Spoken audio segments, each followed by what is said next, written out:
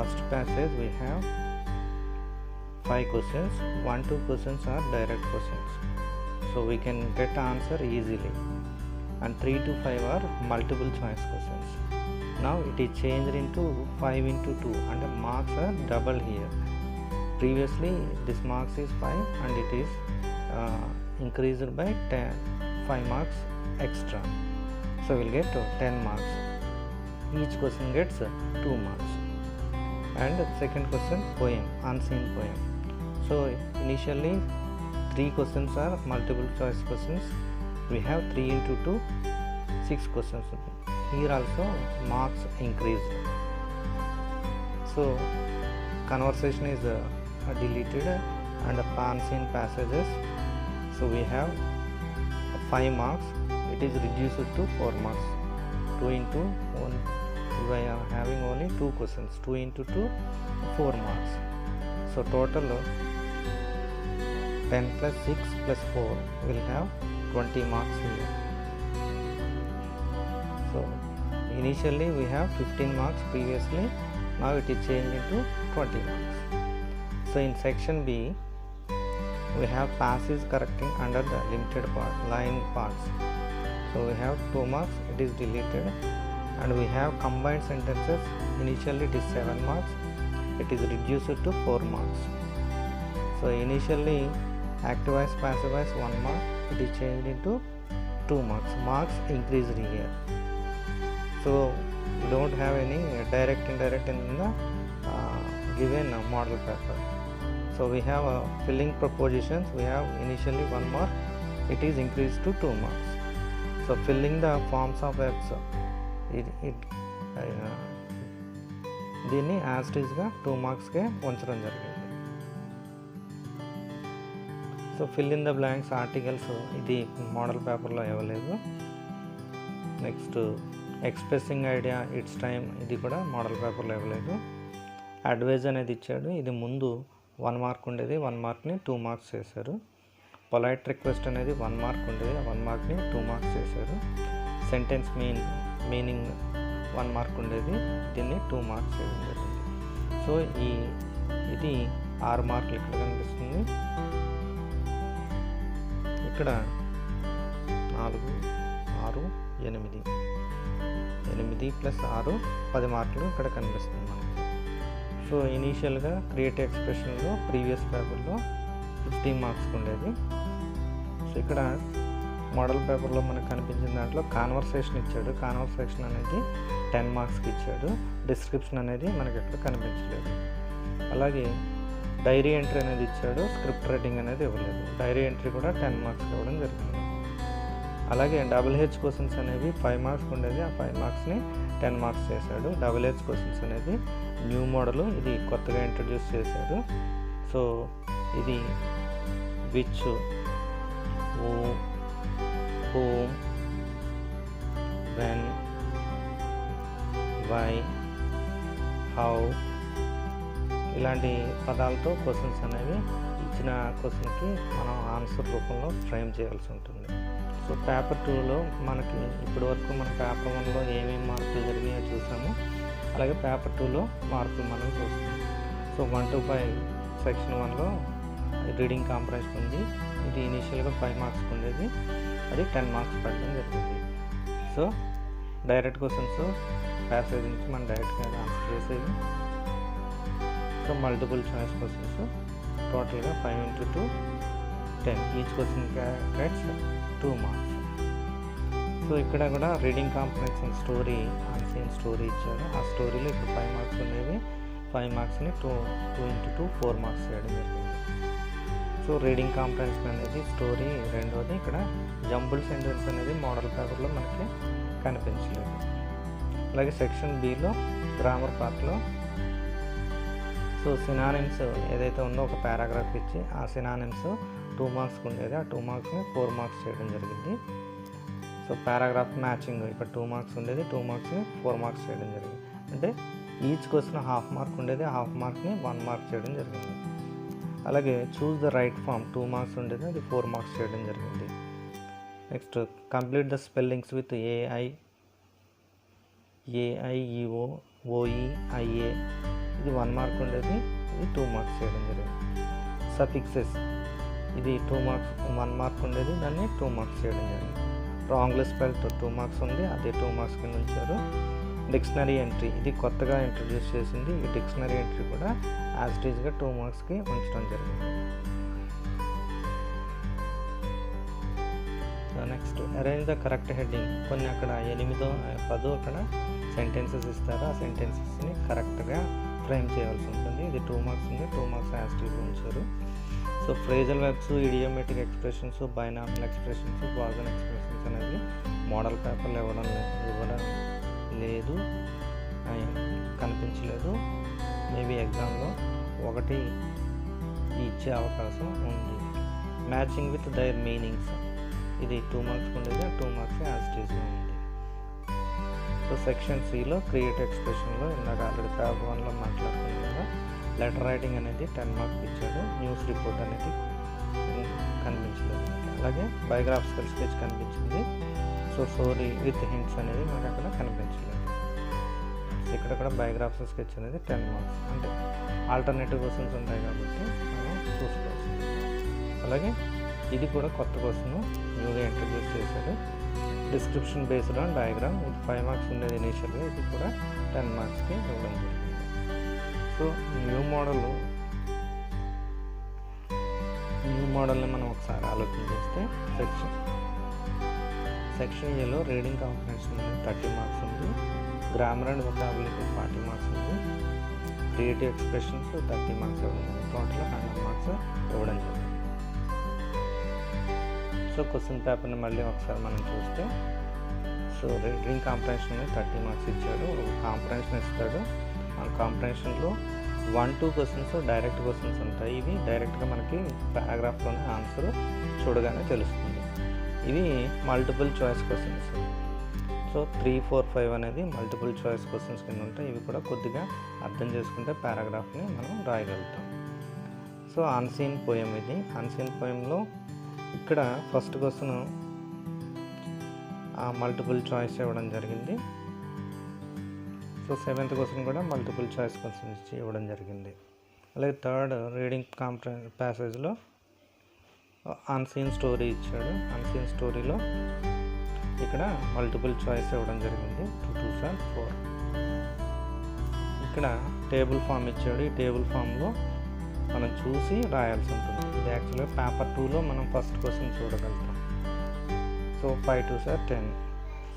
So ఇది students ఇది ఈజీగా చేయొచ్చు. 10 మార్క్స్ ఈజీగా మనకి వస్తాయి. అండ్ సెకండ్ పార్ట్లో వొకాబులరీ ఇచ్చాడు. వొకాబులరీలో ఇందాక ఆల్రెడీ మీకు చెప్పాను, కంబైన్ సెంటెన్సెస్ మనకి 2 ఇచ్చాడు. ఇంతకుముందు 7 మార్క్స్ ఇచ్చాడు, అంటే 7 బిట్స్ ఉండేవి, 7 మార్క్స్ ఉండేవి. ఇక్కడ మనకి 2 బిట్స్ ఇచ్చాడు. 2 into 2 4 మార్క్స్ వస్తున్నాయి అన్నమాట మనకి.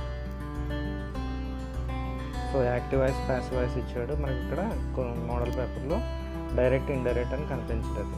ఎగ్జామ్లో ప్రాబ్లీ ఇచ్చే అవకాశం ఉంది.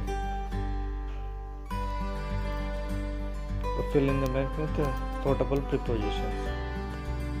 సో ఇక్కడ వచ్చే ప్రిపోజిషన్ని మనం కరెక్ట్గా ఆలోచన చేసి మనం ఇక్కడ పెట్టవలసి ఉంటుంది.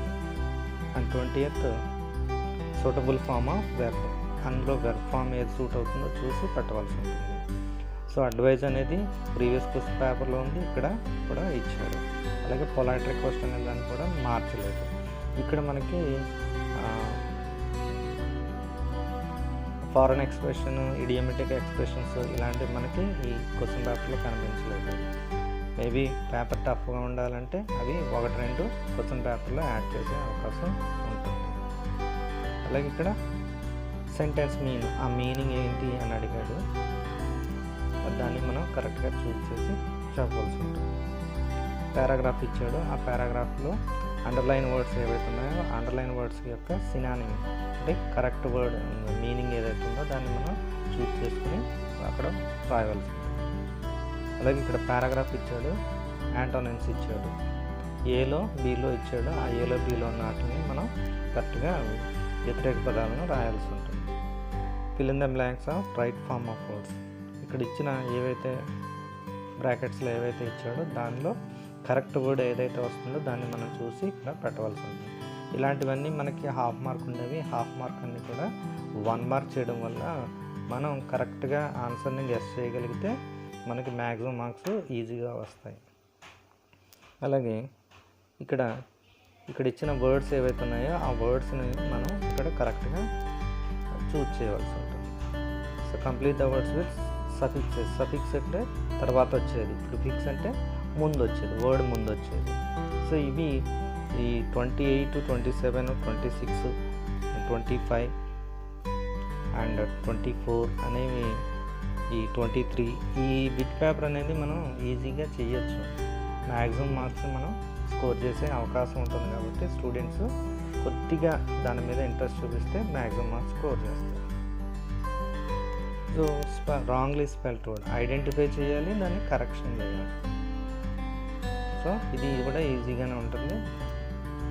నెక్స్ట్ ఇది 30th అనేది న్యూగా ఇంట్రడ్యూస్ చేసింది, డిక్షనరీ బేస్డ్. ఇందులోనే ఉంటుంది, అందులో నౌనా యాడ్జెక్టివా, దాని మీనింగ్ ఏంటి అనేది అడుగుతూ ఉంటాడు. సో ఇక్కడ parts of speech word democracy యొక్క పార్ట్స్ ఆఫ్ స్పీచ్ అడిగాడు. అది మనకి డెమోక్రసీ పక్కనే మనకి కనిపిస్తుంది. What does the symbol indicate, ఇక్కడ ఇచ్చిన సింబల్ దేన్ని ఇండికేట్ చేస్తుంది అని అడిగాడు. అది కూడా మనకి క్లియర్గా కనిపిస్తుంది. సో తర్వాత question arrange the words in correct heading. ఇక్కడ 2 హెడ్డింగ్స్ ఇచ్చాడు, సింగులర్స్, ప్లూరల్స్. ఇందులో ఏ వర్డ్స్ సింగులర్లో వస్తాయి, ఏ వర్డ్స్ ప్లూరల్లో వస్తాయో మనం ఈజీగా ఐడెంటిఫై చేయొచ్చు. అలాగే మ్యాచింగ్, ఇది ప్రాబ్లం మనకి ఎక్కువగా ఫస్ట్ చాప్టర్ అండ్ 6th చాప్టర్లో మనకి టెక్స్ట్ బుక్లో ఎక్కువగా కనిపిస్తాయి. సో వాటిని చూస్తే మనం ఈజీగా రాయగలుగుతాం. సో క్రియేటివ్ ఎక్స్ప్రెషన్ ఇందాక ఆల్రెడీ మీతో చెప్పాను.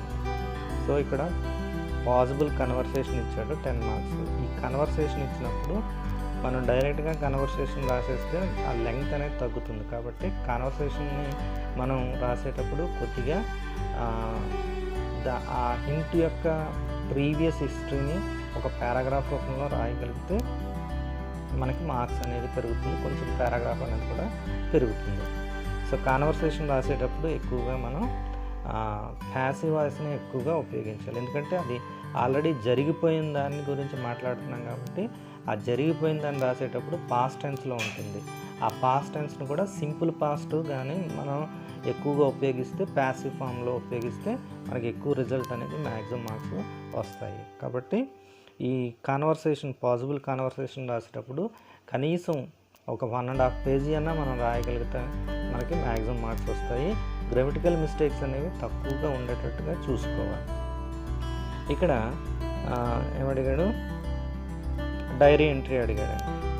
సో డైరీ ఎంట్రీ రాసేటప్పుడు కూడా ఆ ఫీలింగ్స్ అనేవి మా మూర్తి గారు ఎలా ఫీల్ అవుతున్నారో మనమే మూర్తి గారు అనుకుని మనం ఫీల్ అవుతూ మనమే ఐఐటీలో జాయిన్ అవ్వకపోతే మన ఫీలింగ్స్ ఎలా ఉంటాయో ఆ ఫీలింగ్స్ అన్నింటినీ అక్కడ మనం పెట్టాలి. ఇక్కడ డైరీ ఎంట్రీ రాసేటప్పుడు కంపల్సరీగా జాగ్రత్తలు తీసుకోవాల్సి ఉంటుంది. సో డైరీ ఎంట్రీ రాసేటప్పుడు కంపల్సరీగా డేట్ వేయాల్సి ఉంటుంది, ప్లేస్ రాయాల్సి ఉంటుంది. మనం ఎవరైతే రాస్తున్నామో వాళ్ళు లేక నేమ్ రాయాల్సి ఉంటుంది. ఒకవేళ నేమ్ ఇవ్వకపోతే కంపల్సరీగా డియర్ డైరీ అని రాసుకోవచ్చు. సో ఇది ప్రీ ఫైనల్ ఎగ్జామ్లో ఇచ్చిన అమ్మఒడి కాన్సెప్ట్స్ గురించి ఇచ్చిన డైరీ ఎంట్రీ.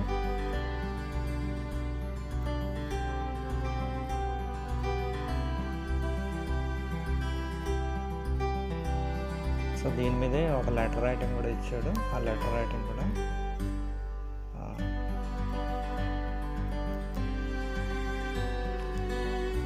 అమ్మఒడి మీద ఒక కరెస్పాండెంట్స్కి లెటర్ రాయమన్నాడు.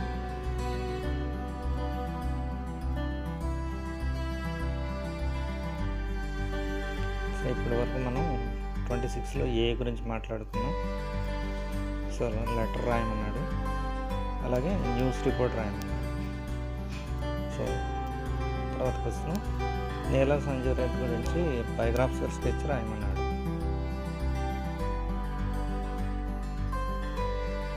నీలం సంజయ్ రెడ్డి గురించి బయోగ్రాఫికల్ స్కెచ్ ఇలా ఉంటుంది. సో ఇక్కడ రాసేటప్పుడు కూడా ఇది ఆల్రెడీ జరిగిపోయిన హిస్టరీ. జరిగిపోయిన హిస్టరీ రాసేటప్పుడు సింపుల్ పాస్ట్లో రాయాలి, ప్యాసివ్ ఫామ్లో రాయాలి. So most of the children ఈ బయోగ్రాఫికల్ స్కెచ్ రాసేటప్పుడు చాలా డిఫికల్టీ ఫేస్ చేస్తారు. అక్కడ ఉన్నదాన్ని యాజ్ టీజ్గా రాసేస్తారు. సో ఇక్కడ ఉన్న వర్డ్స్నే యాజ్ టీజ్గా రాసేస్తారు. యాజ్వి అంటే కామాలు ఫుల్ స్టాప్లో పెట్టేసి దాన్ని రాసేస్తూ ఉంటారు. సో అది తప్పు పద్ధతి. కాబట్టి జాగ్రత్తగా రాయాల్సి ఉంటుంది. రాసేటప్పుడు జాగ్రత్తగా మనం చూడాలి. సో కొద్దిగా దీని మీద ఇంట్రెస్ట్ చూపిస్తే మనం రాయగలుగుతాం. సో ఇక్కడ మనం బయోగ్రాఫికల్ స్కెచ్ కానీ, డైరీ ఎంట్రీ కానీ, న్యూస్ రిపోర్ట్ కానీ ఇవి రాసేటప్పుడు సింపుల్ పాస్ట్లో రాయాలి. ప్యాసివ్ ఫామ్లో రాస్తే ఈజీగా మార్క్స్ మనం గెయిన్ అవుతాం. ఇది పై చార్ట్ మీద ఇచ్చిన కోసం ప్రిఫరెన్స్లో. సో దీనికి ఆన్సర్ ఇలాగా రాయగలరు.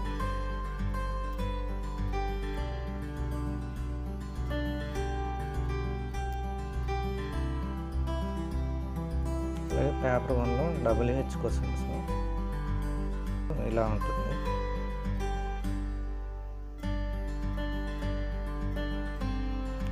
సో ఇక్కడ వెంకయ్య నాయుడు గారికి సంబంధించిన ఉపరాష్ట్రపతి దానికి సంబంధించిన బయోగ్రాఫికల్ స్కెచ్ ఇవ్వడం జరిగింది. సో దీన్ని మనం కొంచెంగా రాయాలి. So Muppavarapu Venkaiah Naidu was a well known politician and BJP leader. He was born on 1st July 1949. His birthplace was Chatavalam, Nellore district. His parents are Srimati Ramamma and Rangayya Naidu, like this.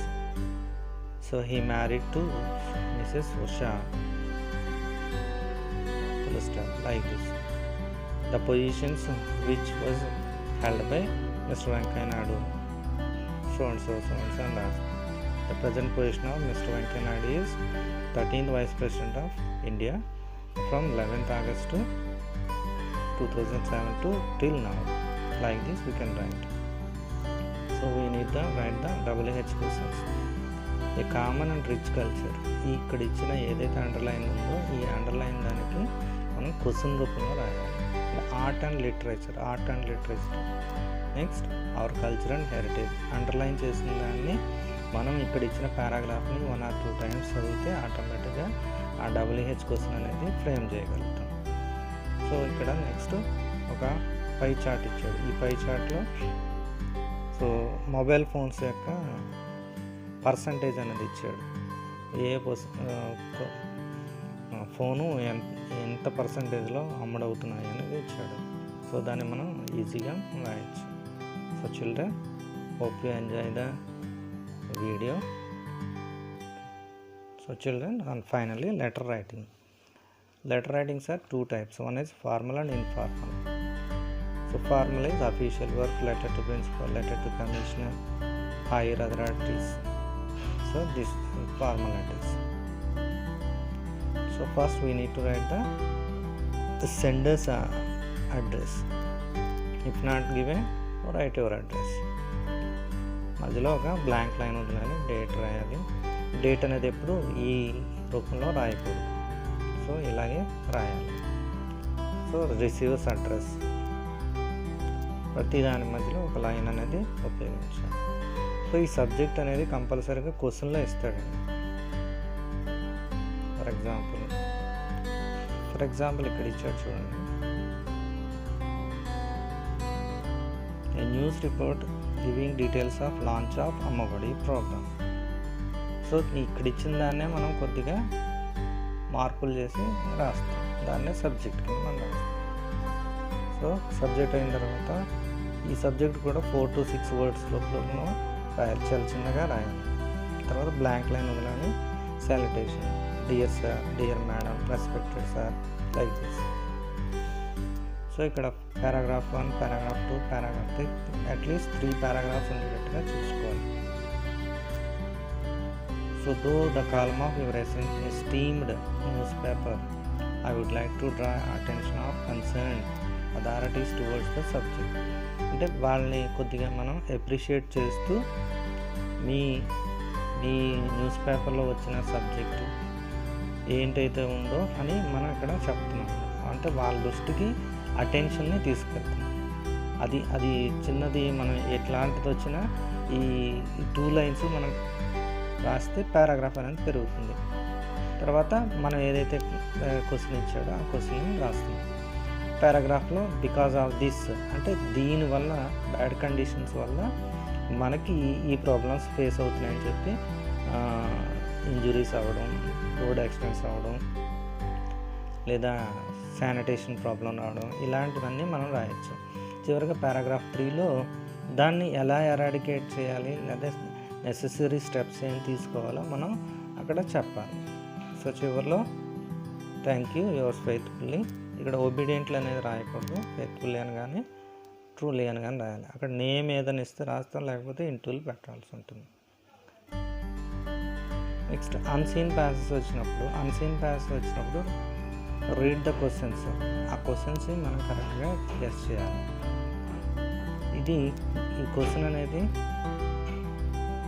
ఈ questions అనేవి మీ యొక్క తెలివితేటలని, మీ యొక్క cognitive స్కిల్స్ని check చేసే విధంగా ఉంటాయి. So questions అనేవి ఇలా ఉంటాయి: simple interrogative, same word, opposite word, title, phrase, term, ఇలాంటివి అక్కడ ఎక్కువగా ఇచ్చే అవకాశం ఉంది. ఇవి రెండవది మనం ఏం చేస్తున్నామంటే understand English as English. Unseen రాసేటప్పుడు ఇంగ్లీష్ని ఇంగ్లీష్ లాగా అర్థం చేసుకొని మనం రాయాలి. Rama knows telepathy, who knows telepathy, Rama. So question అనేది వేసుకుంటే ఆటోమేటిక్గా మనకు ఆన్సర్ అనేది వస్తుంది. First question is look in 1-2 పారాగ్రాఫ్లో కంపల్సరీగా మనకు ఉంటాయి. సెకండ్ క్వశ్చన్ 2-3 పారాగ్రాఫ్లో కంపల్సరీగా మనకు కనిపిస్తుంది.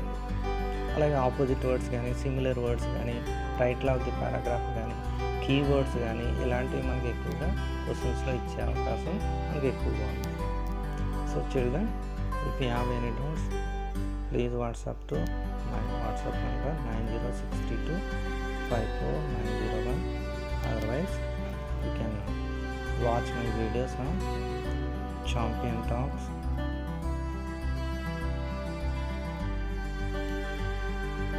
If you don't have subscribed, please do subscribe to my YouTube channel Champion Talks and press the bell icon and share the views or videos to as many friends as you can. Thank you. Have a nice day.